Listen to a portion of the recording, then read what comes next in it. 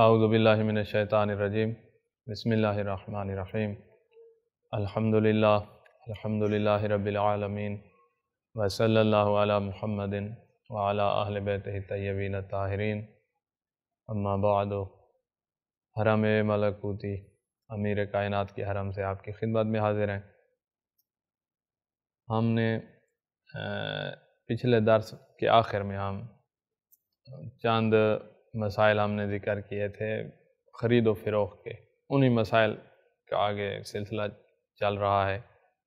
آخری مسئلہ جو ہم نے ذکر کیا تھا وہ تھا کہ سیٹلائٹ یا ٹیلی ویژن ایسے آلات جو حلال میں بھی استعمال ہو سکتے ہیں، حرام میں بھی استعمال ہو سکتے ہیں، تو ان کا بیچنا کیسا ہے؟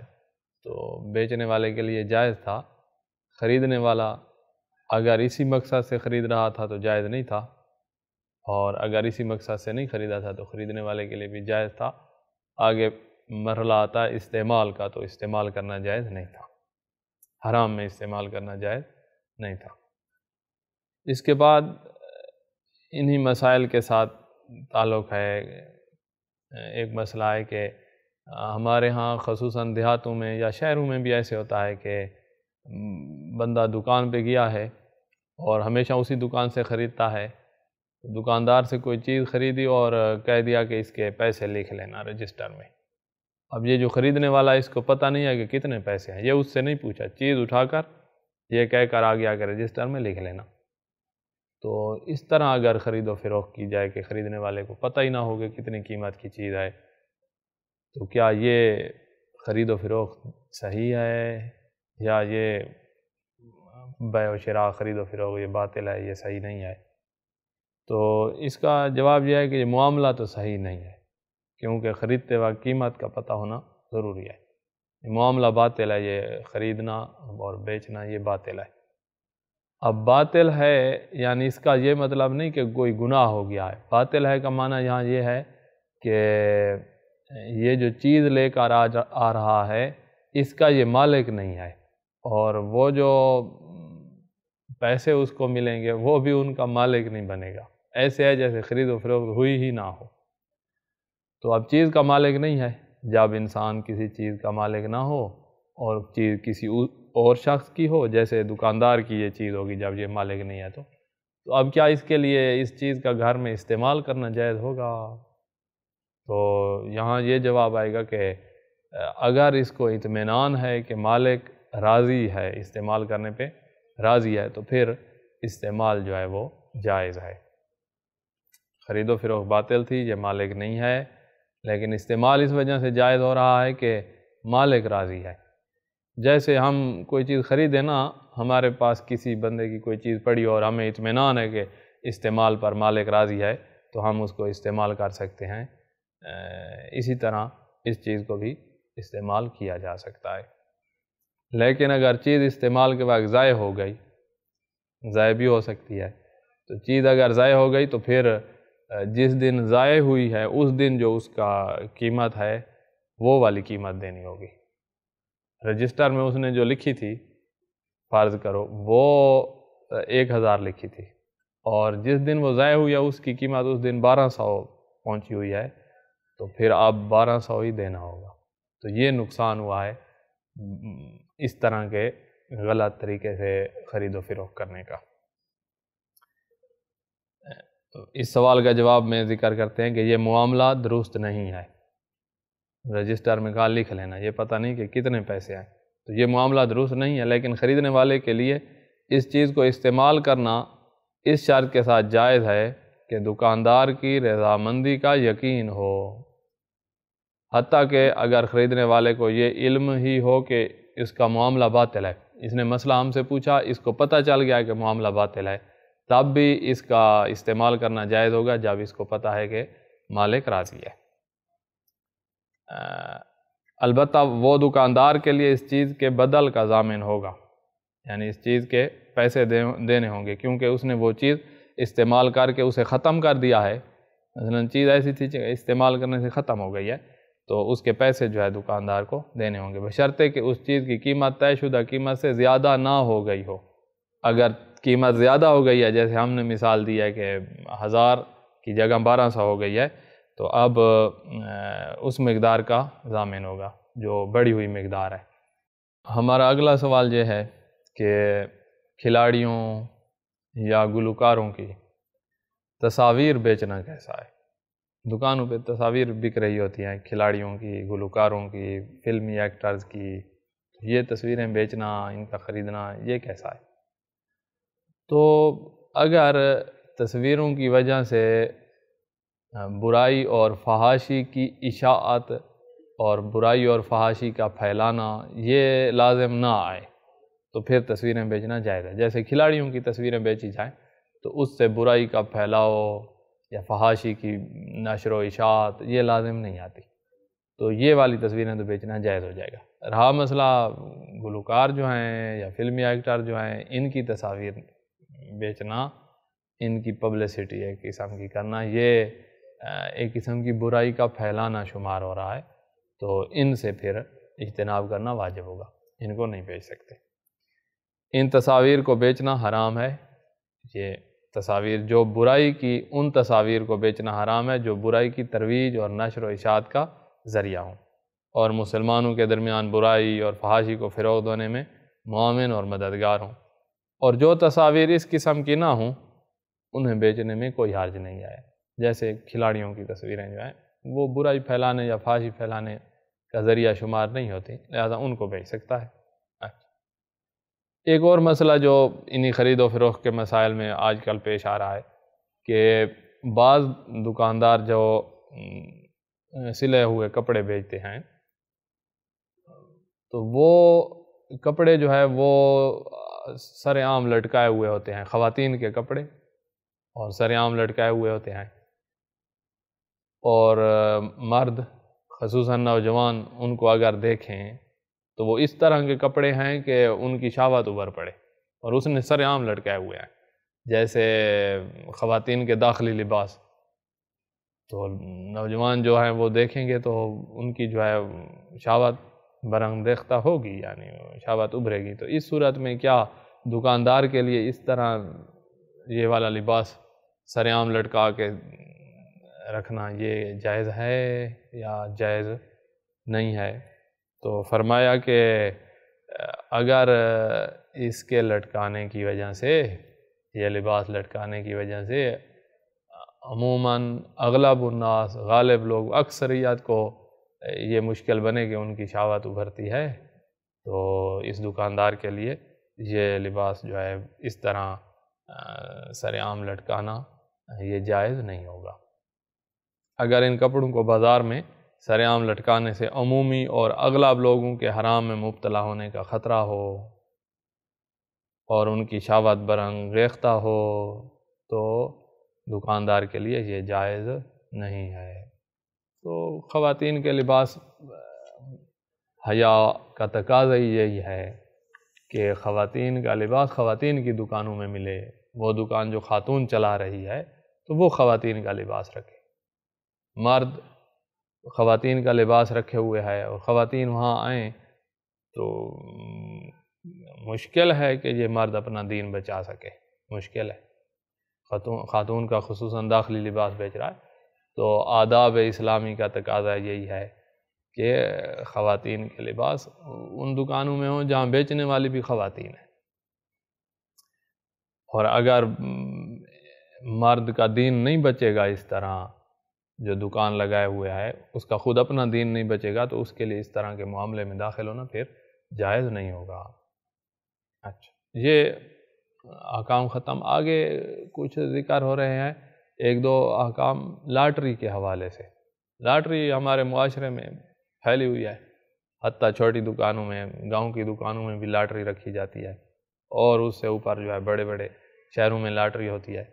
تو لاٹری کس صورت میں جائز ہے، کس صورت میں حرام ہے، کیا کوئی جواز کی صورت اس کی ہے یا نہیں، تو اگلے سوال کا اس بات کے ساتھ تعلق ہے۔ ہمارا سوال ہے کہ بعض کمپنیاں پیسے سے لاٹری کے ٹکٹ فروخت کرتی ہیں، اور کمپنی یہ وعدہ کرتی ہے کہ جس کے نام لاٹری نکلے گی اسے کمپنی انعام کے طور پر پیسے دے گی، کیا یہ جائز ہے؟ تو اس میں دو صورتیں ہیں، ویسے متعدد صورتیں بنتی ہیں لیکن اہم صورتیں دو ہی ہیں جو اکثر جن صورتوں میں لاٹری چل رہی ہوتی ہے۔ ان صورتوں کے علاوہ بھی صورتیں ہو سکتی ہیں، لیکن یہ زیادہ تر 2 صورتیں جو ہیں ان کے مطابق لاٹری چلائی جا رہی ہوتی ہے۔ تو ایک صورت میں جائز ہے، ایک صورت میں ناجائز ہے۔ جو ناجائز صورت ہے وہ یہ ہے کہ لاٹری کا ٹکٹ اس نے اس لیے خریدا ہے تاکہ اس کا انعام نکل آئے، انعام کی غرض سے لاٹری کا ٹکٹ خریدا ہے، تو یہ خریدنا ہی جائز نہیں ہے۔ یہ لاٹری اور چیز ہے اور پرائز بانڈ اور چیز ہے۔ پرائز بانڈ کی بات ہم بعد میں کریں گے، ابھی لاٹری کی ہو رہی ہے۔ تو انعام کی غرض سے لاٹری کا ٹکٹ خریدنا ہی جائز نہیں ہے، یہ ایک قسم کے جوئے میں داخل ہو جاتا ہے کام، اس غرض سے تو نہیں خرید سکتے۔ اگر کسی نے خرید لیا ہے اور انعام بھی نکل آیا ہے، اس کا نام نکل آیا ہے، تو اس کو انعام مل رہا ہے، تو اب کیا ہوگا؟ تو اس کا جواب یہ ہے کہ وہ جو انعام مل رہا ہے وہ اگر حکومتی کسی ادارے نے لاٹری ڈالی تھی اور حکومت کی طرف سے انعام ہے، حکومتی مال سے انعام دیا جا رہا ہے، تو یہ انعام جو ہے یہ مجہول المالک والے احکام اس پر آئیں گے، اور اس انعام کے بارے میں مجتہد سے اجازت لی جائے گی کہ اس کو استعمال کریں نہ کریں، کہاں کریں استعمال، کہاں نہ کریں، یہ وہاں سے اجازت لی جائے گی۔ جیسے مرجع جو ہے مجتہد فرمائے گا ویسے ہی کیا جائے گا۔ اگر مجتہد کہے گا کہ فلاں ملک میں تم رہتے ہو، وہاں سب کچھ مثلاً حکومتی ادارے جو ہیں وہ امین ہیں اور خیانت نہیں کرتے، تو ہو سکتا ہے مجتہد کہے کہ ان کو واپس کر دو۔ اور ایسے ملک میں رہ رہے ہوں کہ جہاں پر رشوت اور خیانت ہی خیانت ہو، تو ہو سکتا ہے مجتہد کہے کہ فقراء پہ صدقہ کر دو، تو اس کے لیے حکومتی مال ہے تو اس کے لیے مجتہد سے اجازت لی جائے گی۔ اور اگر پرائیویٹ کوئی کمپنی تھی، اس نے انعام دیا ہے، تو اس صورت میں اگر ہمیں یقین ہے کہ جو مالک ہے کمپنی کا وہ راضی ہے اس کے استعمال کرنے پہ، تو پھر استعمال کرنا جائز ہو جائے گا۔ یہ ہو گئی پہلی صورت، جہاں لاٹری کی ٹکٹ خریدنا ہی حرام تھا، خرید لی، اس کے بعد انعام نکل آیا، تو حکومتی ہے تو مجتہد سے اجازت لیں، وہ جیسے کہے ویسے ہی چلیں۔ پرائیویٹ ہے اور مالک کے راضی ہونے کا یقین ہے تو پھر استعمال کر سکتے ہیں، لیکن اگر یہ یقین نہیں ہے تو مالک کو واپس کرنا ہوگا۔ اور یہ اطمینان اور یقین، یعنی مالک کو اگر کہا جائے کہ بھائی ہمارے فقہ میں اس طرح انسان پیسے کا مالک نہیں بنتا، اب جو انعام آپ مجھے دے رہے ہو میں مالک تو نہیں ہوں، کیا تم راضی ہو؟ تو وہ اگر کہے کہ ٹھیک ہے ہم راضی ہیں، تو پھر آپ استعمال کر سکتے ہیں۔ اگر راضی نہیں ہیں تو پھر استعمال کرنے کی اجازت نہیں ہے، تو لہٰذا آپ کو یقین ہونا چاہیے کہ وہ راضی ہے یا راضی نہیں ہے۔ اور دوسری صورت جو ہے جہاں پر لاٹری خریدنا جائز ہو جاتا ہے، پہلی صورت ہے جہاں خریدنا ہی جائز نہیں تھا، انعام نکالا ہے، تو اس کی 2 صورتیں ہم نے بنائی ہیں۔ دوسری صورت ہے کہ جہاں خریدنا ہی جائز ہو جاتا ہے، وہ کیا ہے؟ کہ وہ یہ کہ آپ انعام کی غرض سے، انعام نکلنے کی غرض سے وہ لاٹری کے ٹکٹ نہ خریدیں۔ آپ اس لیے پیسے دے رہے ہیں کہ کوئی وہ جو کمپنی ہے یا حکومتی ادارہ ہے وہ کوئی رفاع عامہ کا کام کرنا چاہتا تھا، کوئی ہاسپٹل بنانا چاہتا تھا، کوئی مثلاً نہر یا دریا پر پل بنانا چاہتے تھے، یا کوئی روڈ بنانا چاہتے تھے، یتیم خانہ بنانا چاہتے تھے، اور انہوں نے اس طرح پیسہ جمع کرنے کا ارادہ کیا ہے کہ لوگوں کو کہیں کہ بھائی پیسے دو، اور جن کے جو پیسے دے گا اس کا نام ہم لکھ لیں گے، پھر ہم قرآن اندازی کر کے اس کو انعام بھی دیں گے۔ تو آپ نے رفاع عامہ کے کام کے لیے پیسے دیے ہیں اور نام انہوں نے لکھ دیا ہے، تو یہاں تک جائز ہے، کوئی مسئلہ نہیں ہے۔ پھر اگر انعام نکل آئے، تو اگر پرائیویٹ کمپنی تھی انعام نکل آیا تو وہ آپ سارا ہی استعمال کر سکتے ہیں، مجتہد سے اجازت لینے کی ضرورت نہیں ہے۔ لیکن اگر حکومتی تھی تو پھر اس کے استعمال کرنے سے پہلے مجتہد سے اجازت لینی ہوگی، وہ آپ کو اجازت دے دیں گے کہ آپ یا سارے کی اجازت دے دیں گے، یا کہیں گے کہ مثلاً آدھا خود کھاؤ اور آدھا فقراء مومنین کو دو، وہ پھر اجازت لی جائے گی۔ تو لہذا حکومتی مال میں ہمیشہ جو ہے وہ مجتہد سے اجازت لی جاتی ہے۔ تو یہ دو صورتیں ہو گئی ہیں اس سوال کے جواب میں کہ لاٹری خریدنا جائز ہے یا جائز نہیں ہے۔ اس کا جواب بھی میں پڑھ دیتا ہوں کہ اس کی متعدد صورتیں ہیں، لیکن ان میں سے دو صورتیں اہم ہیں جن کو ذکر کیا جا رہا ہے، وہ دو اہم صورتیں۔ پہلی صورت، لاٹری کا ٹکٹ خریدتے وقت جو پیسہ دیا جا رہا ہو، اگر وہ اسے انعام کے عوض کے طور پر دے، یعنی انعام کے لیے دے، جو کہ عوض میں دے جو اس فرض پر ہے کہ اگر لاٹری اس کے نام پر نکلی تو اسے انعام ملے گا، اس لیے پیسہ دے رہا ہے، تو ایسا کرنا حرام ہے۔ پیسہ دینا، یہ معاملہ کرنا ہی حرام ہے۔ فرض کریں کہ معاملہ ہو گیا ہے، لیکن اس فعل حرام کے مرتکب ہونے کے بعد اگر لاٹری اس کے نام پر نکل آئی اور وہ حکومتی کمپنی تھی تو اس انعام کی صورت میں دیا جانے والا پیسہ مجہول المالک ہے اور اس کو استعمال کرنے کے لیے حاکم شرعی یعنی مجتہد کی اجازت ضروری ہے۔ اور اگر پرائیویٹ کمپنی ہے تو اگر اس کمپنی کے مالکان کی رضامندی کا علم ہے تو اس انعام کو استعمال کیا جا سکتا ہے۔ یہ ہے جو خریدنا حرام تھا لیکن آگے انعام نکل آیا تو اب کیا کریں، اس کا جواب۔ دوسرا ہے کہ لاٹری کا ٹکٹ خریدتے وقت جو پیسہ دے رہا ہے وہ مفت دے، ٹکٹ کے بدلے پیسہ نہیں ہے، وہ فی سبیل اللہ دے رہا ہے، اور نیت یہ نہیں تھی کہ اس کے بدلے اسے انعام ملے گا، یہ نیت نہیں ہے، بلکہ یہ نیت تھی کہ وہ لاٹری والا پیسہ دے کر کسی رفائی کام میں شریک ہونا چاہتا ہے۔ ہسپتال بن رہا ہے مثلا، اس میں شریک، جیسے سکول یا پل یا اسپتال وغیرہ تعمیر میں حصہ لینے کے لیے پیسہ دیا ہے۔ چونکہ وہ لاٹری اسی مقصد کے لیے ڈالی جا رہی تھی کہ سکول بنانا ہے یا اسپتال بنانا ہے، تو اس صورت میں لاٹری کا ٹکٹ خریدنا جائز ہے۔ یہ ٹکٹ خریدنا تو ہو گیا جائز۔ اصل میں اس نے کیا کیا ہے، ٹکٹ نہیں خریدا، اس نے رفاع عامہ کے لیے پیسے دیے اور انہوں نے اس کا نام اپنے پاس لکھ رہا ہے قرآن اندازی کے لیے، اس کو ایک رسید دے دیا، تو اس نے وہ خریدی نہیں ہے رسید، اصل میں اس نے پیسے سکول کے چندے میں دیے ہیں۔ اب اگر لاٹری اس کے نام نکل آئی، یعنی قرآن اندازی کی اور اس کا نام نکل آیا انعام کے لیے، اور اسلامی ملک میں کسی حکومتی کمپنی کا یہ کام تھا، یعنی حکومت کا مال تھا، تو مجتہد کی اجازت سے انعام کو استعمال کر سکتا ہے، اور کمپنی پرائیویٹ تھی تو کسی کی اجازت لینے کی ضرورت نہیں ہے، انعام کو استعمال کر سکتا ہے۔ یہاں یہ لاٹری کی بات بھی ختم ہو گئی۔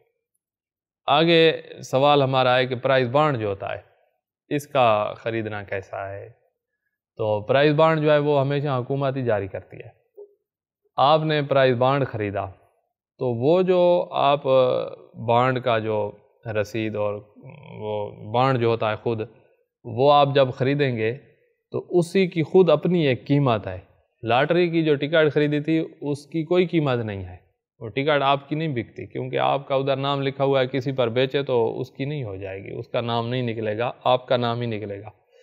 تو پرائز بانڈ جو ہوتا ہے یہ اگر یہ نوٹ کی طرح اس کی اپنی قیمت ہوتی ہے، جیسے آپ ڈالر خریدیں تو $100 مثلا آپ کو 15-16 ہزار روپے کا مل رہا ہے، تو اس کی نوٹ کی اپنی قیمت ہے۔ اسی طرح پرائز بانڈ جو ہوتا ہے اس کی اپنی قیمت ہوتی ہے۔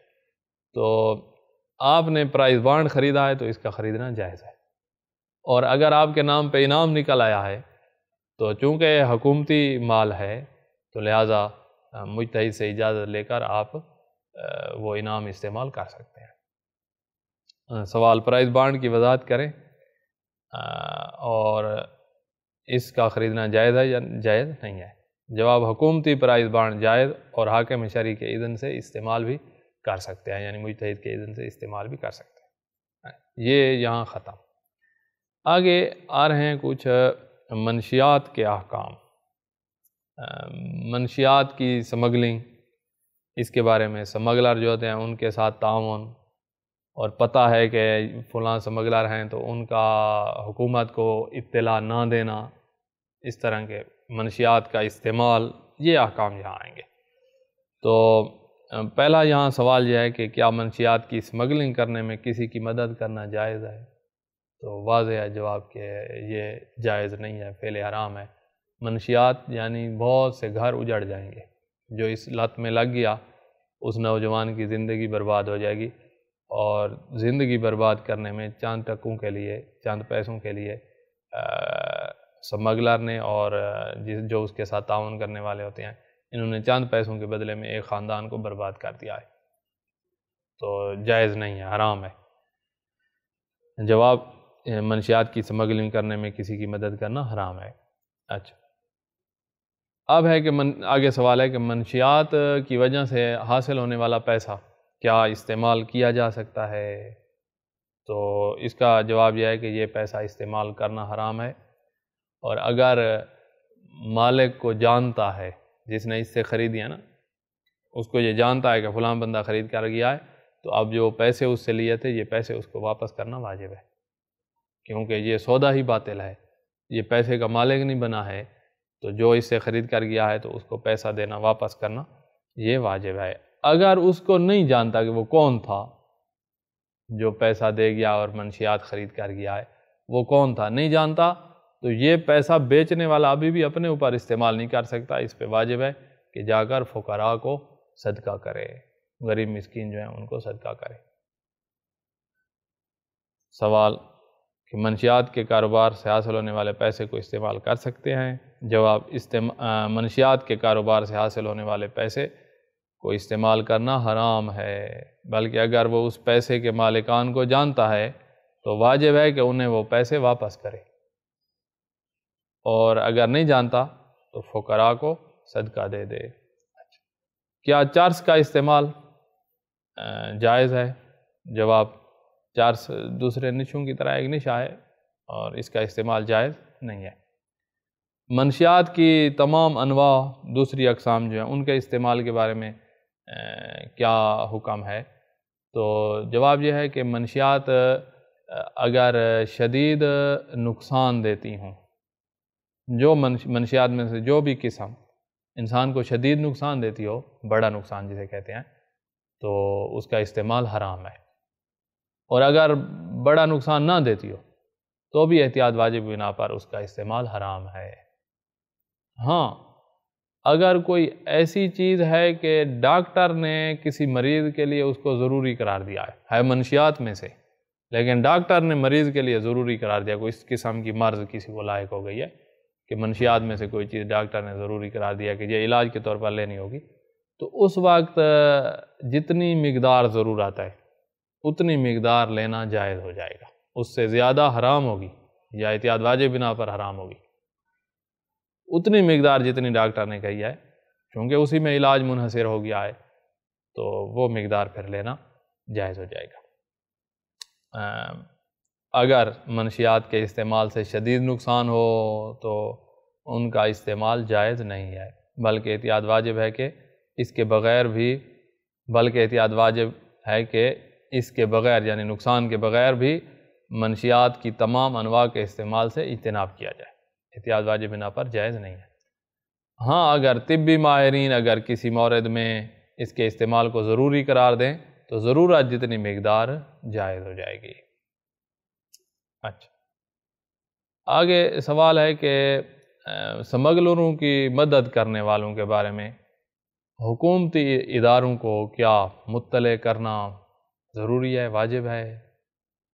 سمگلر ہیں لوگ، ان کی مدد کرنے والے بھی کچھ ہیں، ہمیں پتہ ہے کہ یہ لوگ سمگلر کے ساتھ کنٹیکٹ میں ہیں اور مدد کرتے ہیں، تو کیا حکومتی ادارے کو مطلع کرنا ضروری ہے؟ جواب ہے جی ہاں، واجب ہے کہ منشیات کے سمگلروں کے جو مددگار ہیں ان کے بارے میں حکومتی اداروں کو مطلع کیا جائے تاکہ حکومت ان کو اٹھا لے جائے اور ہمارا معاشرہ اس مصیبت سے محفوظ رہے۔